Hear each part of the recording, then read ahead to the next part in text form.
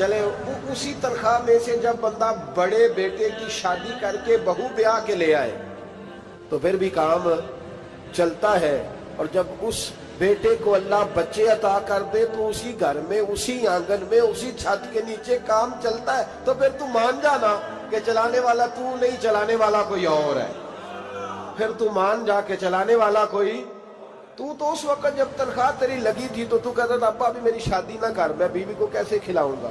تو وہی شخص ہے جس کی چھت کے نیچے پھر 1.5 درجن پوتے بھی پل رہے اور گزارا ان کا بھی ہو رہا ہے۔ تو رزق کا ذمہ کس کا ہے؟ اللہ کا، اللہ کا ذمہ۔ اب ہمیں پتہ ہے پہلی بات تو پریشانی اس لیے اتار دینی چاہیے کہ ذمہ ہمارا ہے ہی نہیں۔ اب دوسری بات یہ کہ ذمہ داری کس کی ہے؟ اللہ حکیم بھی ہے اور علیم بھی ہے، حکیم بھی ہے اور جانتا بھی ہے اور اسے پتا بھی ہے کہ دینا کس طرح ہے۔ اب ہم پتہ کیا کہتے ہیں؟ کہتے ہیں وہ جو بندہ پجاروں میں بیٹھا ہے وہاں اسے نہیں بیٹھنا چاہیے تھا، اور میرا حق تھا۔ تجھے زیادہ پتا ہے کہ اللہ کو؟ بول کے بتانا کس کو پتہ زیادہ ہے؟ کیوں جی؟ تو آپ اصل ٹینشن پتہ کب لگتی ہے؟ جب بندے کہتے ہیں نہیں وہ پجاروں میری تھی، میرا حق تھا۔ وہ جب گزرتی ہے نا پاس سے مہران کے تو مہران والا ٹینشن بڑی لیتا ہے، حالانکہ اللہ کو زیادہ پتا ہے کہ وہ حق۔ ایک بات اپنے ذہن میں یاد رکھ لیں، رٹ لیں کہ جو میرے لیے بہتر تھا میرے رب نے مجھے دے دیا، اور بات ختم ہو گئی۔ بس وصل اچھا ہے نہ فراق اچھا ہے، یار جس حال میں رکھے وہی حال اچھا ہے۔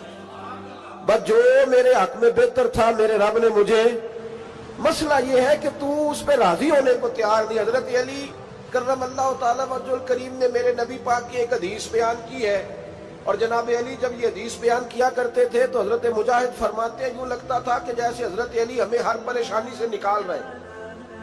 مولا علی شیر خدا رضی اللہ تعالیٰ عنہ فرماتے ہیں کہ مجھے میرے نبی پاک صلی اللہ علیہ وسلم نے ایک طریقہ دیا تھا ٹینشن فری ہونے کا۔ آپ فرماتے ہیں مجھے تو بڑا راس آیا ہے، تم بھی اگر کر لو گے تو تمہیں بھی فائدہ دے گا۔ کہا وہ کیا؟ حضرت علی کہنے لگے محبوب علیہ السلام نے فرمایا تھا لوگوں تم اللہ کے دیے ہوئے تھوڑے رزق پہ راضی ہو جاؤ، وہ تمہاری تھوڑی عبادت سے تم سے راضی ہو جایا کرو گے۔ بس تم 2 نفل بھی پڑھو گے تو اللہ راضی ہو جائے گا، تم 1 رکوع بھی سویرے اٹھ کے پڑھو گے تو وہ راضی ہو جائے گا، وہ تمہارے 313 درود شریف سے راضی ہو جائے گا، تم اس کے دیے ہوئے تھوڑے رزق سے راضی ہو جاؤ۔ ٹینشن اس لیے ہوتی ہے کہ ہم راضی نہیں جو اس نے ہمیں دیا ہے۔ وہ حل میں مزید کی جو دوڑ ہے نا، حل میں مزید کی، بے قدرہ کچھ قدر نہ جاتی، کیتی خوب تسلی ہو، دنیا دار پجاری زردے، کتیاں دے گل ٹلی ہو، بک بک روشن اکھیاں تکیو ویک حویلی کلی ہو، تے کوچ نصیر اساں جد کیتی پہ جانی تھر تھلی ہو۔ تو یاد رکھیں یہ جو ہے نا مصیبت کے مال آ کیوں نہیں رہا، وہ سامنے والا پلاٹ میرے گھر کے سامنے ہے گھر کے سامنے، پر رجسٹری میرے نام کیوں نہیں؟ یہ مصیبت سانس نہیں لینے دیتی۔ موٹر سائیکل کھڑی کرتا ہے نا جب آ کے دکان سے روٹی کھانے آتا ہے، دفتر سے گھر آتا ہے، کاروبار سے آتا ہے، تو جہاں موٹر سائیکل کھڑی کرتا ہے وہ ٹینشن بڑی ہے کہ کبھی میری ہو جائے نا یہ والی جگہ، تو میں یہاں بھی بورڈ لگاؤں اپنے نام۔ اس نے مالی پریشانی پیدا کی۔ تو جس حال میں ہے، کیونکہ تو نے اپنا یہ حال خود نہیں بنایا، جس نے بنایا ہے وہ بڑا بہتر جانتا تھا کہ تو اسی حال میں اسے اچھا لگتا ہے۔ تو اسے اسی حال میں، ایک بزرگ تھے تو ان کی طبیعت بڑی علیل ہو گئی، بیمار ہو گئے، تو اللہ نے آزمائش دی تو کیڑے پڑ گئے وجود میں۔ ایک کیڑا یہاں سے کھا رہا تھا، اللہ والے بڑے راضی رہتے ہیں اس کی رضا پہ، تو کیڑا یہاں کھا رہا تھا تو نیچے گر گیا، تو بابا جی نے اٹھا کے پھر وہاں رکھ لیا، کہنے لگے جب اس نے تیری ڈیوٹی مجھے کھانے کی لگائی ہے تو میں اس بات پہ راضی ہوں، تو نیچے کیوں گرتا ہے؟ بس ٹھیک ہے کھا، جب اس نے تجھے ڈیوٹی جو تیری لگائی۔ سالبہ بن عبد الرحمن ایک صحابی تھے، سالبہ غالباً،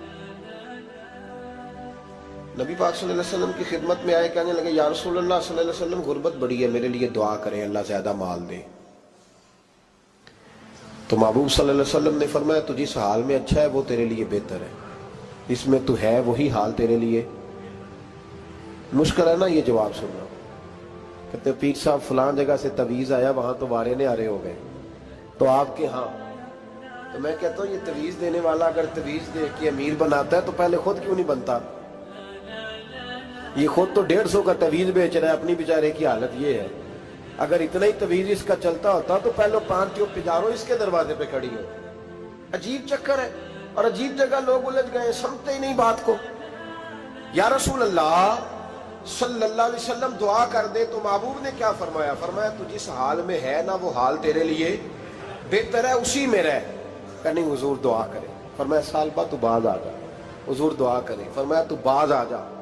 2-3 دفعہ کا ضد کی، محبوب نے فرمایا جا پھر اللہ تجھے زیادہ پیسے دے گا۔ چند بکریاں خریدی، اتنی برکت ہوئی کہ بکریوں کے ریوڑ بن گئے۔ پھر کچھ بکریاں بیچ